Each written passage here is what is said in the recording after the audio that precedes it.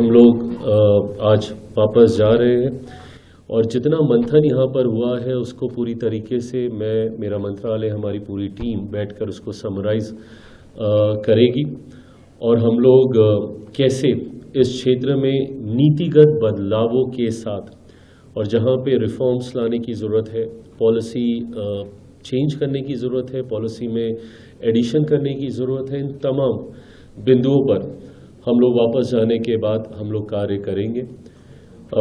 इस चिंतन शिविर का मकसद इंडस्ट्री को ये विश्वास दिलाना है कि सरकार पूरी तरीके से उनका सपोर्ट करने के लिए प्रतिबद्ध है और तत्पर भी है। जितना ये क्षेत्र आगे बढ़ेगा उतने ही हमारे किसान, हमारे युवाओं को नए मौके, नए अवसर मिलेंगे। कैसे इस क्षेत्र में इनोवेशंस, R&D को प्रमोट किया जाए, उसको लेकर भी यहाँ पे चर्चा हुई। मेरे मंत्रालय ने पिछले कुछ समय से अलग अलग ऐसे कार्यक्रमों के माध्यम से इंडस्ट्री के साथ अपने आप को जोड़कर इस सेक्टर्स की चैलेंजेस को एड्रेस करने का हम लोगों ने काम किया और साथ ही में ग्लोबली इसको प्रमोट करने का भी काम किया। वर्ल्ड फूड इंडिया उसका एक उदाहरण है, जिसका चौथा एडिशन पिछले साल हम लोगों ने सितंबर में किया और आने वाले दिनों में हम लोग इसको अलग अलग क्षेत्रों में भी करने का सोच मंत्रालय रखता है। वर्ल्ड फूड इंडिया की रीजनल एडिशंस इस साल आप सबको देखने को मिलेंगे। नॉर्थ, वेस्ट, ईस्ट, साउथ अलग अलग क्षेत्रों में राज्यों का क्लस्टर बना के इसके रीजनल एडिशन इस साल देखने को मिलेंगे। इस साल 4 हम लोग ऐसे एडिशन करेंगे देश के अलग अलग कोनों में और उसके बाद पुनः वर्ल्ड फूड इंडिया जो राष्ट्रीय स्तर पर होता है, अगले साल पुनः उसका आयोजन किया जाएगा। ऐसे में मैं ये मानता हूँ कि मेरी सरकार प्रोसेसिंग सेक्टर की संभावनाओं को जानती है और जैसा मैंने कहा कि मेरे प्रधानमंत्री का लक्ष्य है कि भारत एक ग्लोबल फूड बास्केट के तौर पर उभर कर आए, वही हम लोग इस दिशा में काम कर रहे हैं। और क्योंकि ये संभावना हमारे देश में है कि दुनिया का कोई भी ऐसा डाइनिंग टेबल नहीं होना चाहिए जहाँ पे कम से कम एक भारतीय खाद्य पदार्थ तो हो। भारत प्रसंस्करण से युगों से जुड़ा रहा है। हम लोग ने जब से जन्म लिया है, घर पे हम लोग देखते हैं हमारी दादी, नानी, माँ, बहन सब प्रसंस्करण से जुड़े रहे हैं। घर में दही जमाना, पापड़ बनाना, अचार बनाना, ये ऐसी चीज़ें हैं जिसमें भारतीय शुरू से जुड़े रहे हैं। तो ऐसे में ये संभावना हम लोग के पास है कि हम लोग इसको ग्लोबली वैश्विक स्तर पर हम लोग भारतीय खाद्य पदार्थों को हम लोग लेकर जाएं। ये एक सेक्टर है जिसमें अभी भी अनंत संभावनाएं हैं इसके ग्रो करने की। उस व्यवस्था को कैसे तैयार किया जा सके, उस दिशा में हम लोगों ने 2 दिन बैठकर मंथन किया। आज जब मैं आपसे सारी जानकारी साझा कर रहा हूँ, इसके तुरंत बाद एक इंक्यूबेशन सेंटर का निर्माण किया गया है। उसके उद्घाटन के लिए भी मैं जाऊंगा। हम लोग ये प्रयास कर रहे हैं कि देश का कोई ऐसा कोना ना हो जो इस वैल्यू चेन से जुड़ने से अछूता रहे। अभी भी काफ़ी काम करना बाकी है, पर मेरी सरकार विभिन्न राज्यों के सपोर्ट से और इंडस्ट्री के सुझावों से इस क्षेत्र को आगे बढ़ाने का कार्य कर रहे हैं। राजस्थान में विशेषतः मेरे मंत्रालय के द्वारा क्या क्या कार्य किए गए हैं हम लोगों ने शेयर किया है, वो आप सबके साथ जानकारी साझा की गई है। अलग अलग योजनाओं के माध्यम से, प्रधानमंत्री किसान संपदा योजना हो, PMFME हो, इन तमाम योजनाओं के माध्यम से क्या क्या कार्य हुए हैं वो सब आप सबके साथ साझा किए गए हैं। कोई प्रश्न हो इस विषय को लेकर या किसी भी विषय को लेकर आप सब चैलेंजेस सामने आए और पौष्टिक भोजन की बात देश में क्या आपकी प्लानिंग है? देखिए, चैलेंजेस व्यवस्था को और ज़्यादा विस्तृत करना ये ज़रूर हम सबके कॉमन कंसर्न्स में रहा है। कैसे किसानों के उत्पादन जहाँ पे होता है उसी के आसपास हम लोग कैसे व्यवस्था निर्माण कर सकें, बैकवर्ड लिंकेजेस के माध्यम से किसानों को कैसे हम लोग ऑर्गेनाइज्ड वे में एफपीओज के माध्यम से हो या कैसे हम लोग उनको प्रोसेसिंग के साथ हम लोग जोड़ सकें ताकि किसानों को भी ज़्यादा से ज़्यादा इसका लाभ मिले। चैलेंजेस का आपने जिक्र किया, जैसा मैंने बोला कि मिसलीडिंग एडवर्टीजमेंट एक बहुत बड़ा कंसर्न इससे जुड़ा हुआ रहा है। इन तमाम बिंदुओं पर कैसे हम लोग एक्सपोर्ट को बढ़ाएं, कैसे हम लोग इंडस्ट्री को और ज़्यादा ईज़ ऑफ बिजनेस दें, सिंगल विंडो क्लियरेंसेस दें ताकि ज़्यादा से ज़्यादा लोग प्रसंस्करण के साथ जुड़े। इन तमाम विषयों पर चर्चा हुई। पौष्टिक आहार का आपने जिक्र किया। मेरे प्रधानमंत्री स्वयं इस बात को लेकर काफ़ी कंसर्न है क्योंकि आने वाली पीढ़ी में ओबेसिटी को भी लेकर चिंताएं सामने आ रही हैं। ऐसे में कैसे हम लोग उसको भी काउंटर कर सकें प्रसंस्करण के माध्यम से।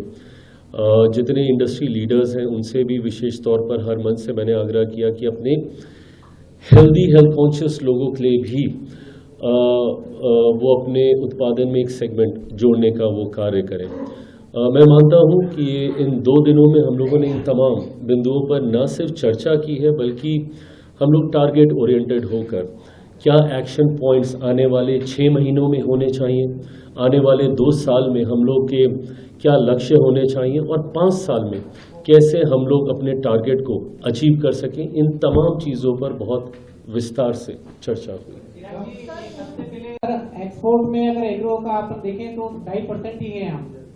पहली बात तो मुझे ये अच्छा लगा कि प्रश्न पूछने के साथ आपने सुझाव दिया। ये दर्शाता है कि क्षेत्र को लेकर लोगों में न सिर्फ जागरूकता है बल्कि उत्साह भी है। आपके सुझाव पे मैं ज़रूर अपने विभाग से आग्रह करूँगा कि उस पर ज़रूर हम लोग मंथन करें। एक्सपोर्ट का आपने जिक्र किया। जितना टोटल एग्री एक्सपोर्ट होता है उसमें 2014 तक हम लोग के पास लगभग 13.7% प्रसंस्करण प्रोसेस्ड आइटम्स उसमें एक्सपोर्ट होते थे।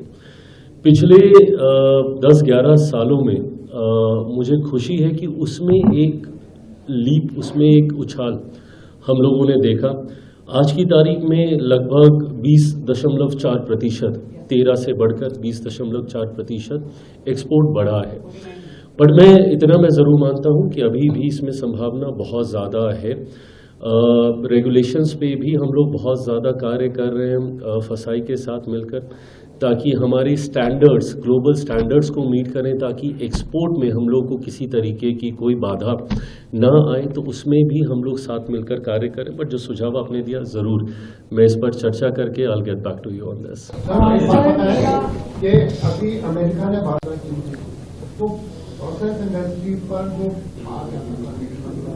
उसको लेकर के क्या आवाज है और आगे स्थिति को कंट्रोल करने के लिए क्योंकि अमेरिका का बढ़ने की संभावना कैसे आप देखिए, जिस देश का आपने जिक्र किया मैं उस पर कोई टिप्पणी ना करते हुए, क्योंकि ये विदेश नीति से जुड़े हुए विषयों में से एक है और जो अधिकृत मंत्रालय है वो ज़रूर इस पर अपनी बात रखेंगे। बट मैं इतना ज़रूर मैं कहूँगा, मेरे प्रधानमंत्री की सोच हमेशा रही है कि अगर कोई आपदा आई है तो वो अपने साथ एक अवसर भी लेकर आती है, अपॉर्चुनिटीज़ को एक्सप्लोर करने का भी हम लोग को मौका मिलता है। ऐसे में हम लोगों ने और वेन्यूज़ को एक्सप्लोर किया इस दौरान। कई ऐसे देश जहाँ पे शायद संभवतः हम लोग के एक्सपोर्ट उस स्तर पर नहीं थे, वहाँ पर हम लोगों ने बढ़ाने का कार्य किया। हाल फिलहाल के दिनों में आपने देखा होगा कई देशों के साथ FTAs हमारे हुए हैं। एक्सपोर्ट का जहाँ तक जिक्र है, मैंने इंडस्ट्री से भी इस बात को लेकर मैंने चर्चा की। ना के बराबर किसी को इसमें कठिनाई इन टर्म्स कि अगर किसी एक देश ने हमारे ऊपर टैरिफ की बाधाएं लगाई हैं तो उन्होंने दूसरे देशों को एक्सप्लोर किया है और कहीं ना कहीं उनके प्रोडक्ट के एक्सपोर्ट में वृद्धि ही देखने को मिली है। किसी को कोई ऐसी चिंताजनक परिस्थिति उत्पन्न हुई हो, ऐसा नहीं हुआ। और मुझे लगता है कि ये हमारे देश के लिए कहीं ना कहीं एक अच्छा अवसर आया जहाँ पे बाकी ग्लोबली वैश्विक देशों के साथ हम लोगों ने कनेक्ट बढ़ाया। ऐसे देशों के साथ हम लोगों ने एक्सपोर्ट्स शुरू किए जो कि अभी तक शायद नहीं हो रहे थे या उस स्तर पर नहीं हो रहे थे। तो ऐसे में मुझे नहीं लगता कि इसका कोई बहुत ज़्यादा असर एक्सपोर्ट पे पड़ा है।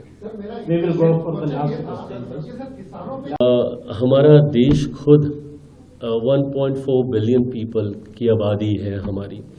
ऐसे में हम खुद अपने में एक बहुत बड़ी मार्केट है। पर जैसा मैंने कहा कि किसान जिनके साथ उनका एसोसिएशन रहा है, उनके उत्पादन को एक्सपोर्ट करने की जिम्मेदारी जिनके पास रही है, उन लोगों ने नए एवेन्यूज़ एक्सप्लोर किए। मुझे नहीं लगता कि इसका किसी भी तरीके से, और ये मैं सिर्फ कहने के लिए नहीं कह रहा, हम लोगों ने इसको बैठकर रिव्यू किया था क्योंकि ये चिंता एक समय पर उठकर आई थी जब ये टैरिफ्स लगे थे। बट मुझे लगता है कि things are very much under control. Last question please. Delhi में प्रधानमंत्री ने अभी भारतीय जनता पार्टी के राष्ट्रीय अध्यक्ष के रूप में नितिन नवीन को, जिस तरह से एक युवा को इतनी बड़ी पार्टी का कार्यभार सौंपा, इससे युवाओं की भी पॉलिटिकल जो क्षमता है वो बढ़ेगी देश में। नितिन नवीन जी जो भारतीय जनता पार्टी के राष्ट्रीय अध्यक्ष की जिम्मेदारी जिनको सौंपी गई है, बहरहाल पहली बात तो ये पूरी तरीके से पार्टी विशेष का उनका अपना इंटरनल विषय है कि वो किसको ये जिम्मेदारी देना चाहते हैं, नहीं देना चाहते हैं। बट जिस राज्य से वो आते हैं, और वो राज्य मेरा भी राज्य है, मैं भी बिहार से आता हूँ, और हमारे राज्य में जात पात धर्म मजहब की राजनीति को कई राजनीतिक दल बढ़ावा देते हैं और MY समीकरण के तहत उसको बढ़ाते हैं। मेरे प्रधानमंत्री का एक अपना MY समीकरण है जिसमें M में महिलाएं हैं और Y में युवा है, और प्रधानमंत्री जी ने हमेशा महिलाओं और युवाओं को प्रोत्साहित करने का, उनको मौका देने का काम किया। इतने बड़े विभाग की जिम्मेदारी मैं खुद भी अभी फ़िलहाल अपने आप को युवा में ही मानता हूँ और शायद मान सकता हूँ। उन्होंने मुझे ये जिम्मेदारी देने का काम किया। ये दर्शाता है कि उनका विश्वास युवाओं पर है, और ऐसे में पार्टी का नेतृत्व एक युवा के हाथ में दिया गया है। मैं मानता हूं कि युवा नई सोच के साथ आते हैं, उनके कार्यशैली का एक अपना तरीका होता है, और जिसका लाभ मुझे लगता है कि ना सिर्फ उनके दल को बल्कि गठबंधन को, जिसका मैं भी हिस्सा हूं, NDA को भी मिलेगा। Thank you sir. जो भी इस मंत्रालय की योजनाओं को जानता है वो इस बात को मानेगा कि हम लोगों ने हर एक एंटरप्राइज को इसमें एड्रेस करने का काम किया है। वो माइक्रो हो, मीडियम हो या लार्ज हो, हर किसी के लिए योजना का निर्माण हमारे मंत्रालय की स्कीम्स में किया गया है। PMFME एक ऐसी योजना है जिसका लाभ कतई कोई बड़ा क्या बोलते हैं उसको, मतलब कोई बड़ा व्यवसाय नहीं ले सकता। और साथ ही में अगर आप PMKSY का भी अगर हम लोग जिक्र करें तो उसमें भी मीडियम सेक्टर के एंटरप्राइजेस ही उसमें आते हैं। PMFME में तो माइक्रो ही आते हैं, क्योंकि ये योजना जैसा मैंने कहा कि उन युवा युवती को उद्यमी बनाने की सोच के साथ है जो छोटे व्यवसाय के साथ अपने आप को स्थापित करना चाहते हैं। तो अगर विपक्ष ऐसी बातें करता है तो मैं उनसे आग्रह करूंगा एक बार बैठें, और मैं अपनी स्कीम्स की जानकारी उनको विस्तार में दूंगा जिसका लाभ वो अपने साथियों को भी दिला सकते हैं। देखिए, मैं वो दल जिस सोच के साथ निकला है उनकी कहीं ना कहीं मानसिकता में इस तरीके के उत्पाद खड़े करना हमेशा से रहा है। ऐसे में आम आदमी पार्टी ने हमेशा लोकतंत्र की मर्यादाओं के साथ खिलवाड़ करने का काम किया। ये वही राजनीतिक दल है जो दिल्ली के रामलीला मैदान में एक पर्ची लेके घूमता था कि ये करप्ट नेता है, और उसके बाद उन्हीं के साथ मिलकर सरकार बनाने का काम किया। जिस व्यवस्था के खिलाफ ये पार्टी निकली उसी व्यवस्था का हिस्सा आज ये बने हैं। ऐसे में लोकतंत्र के चौथे स्तंभ के ऊपर इस तरीके से आघात करना, मैं अपनी तरफ से, अपनी पार्टी की तरफ से इसकी घोर निंदा करता हूँ।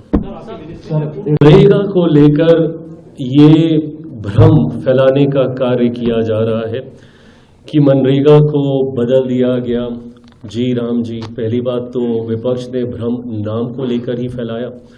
मैंने हमेशा इस बात को माना है कि आप मेरिट्स पे हमसे चर्चा कीजिए। अगर हम लोग कहीं मेरिट्स में कमजोर पड़ रहे हैं तो आप हमसे सवाल कीजिए।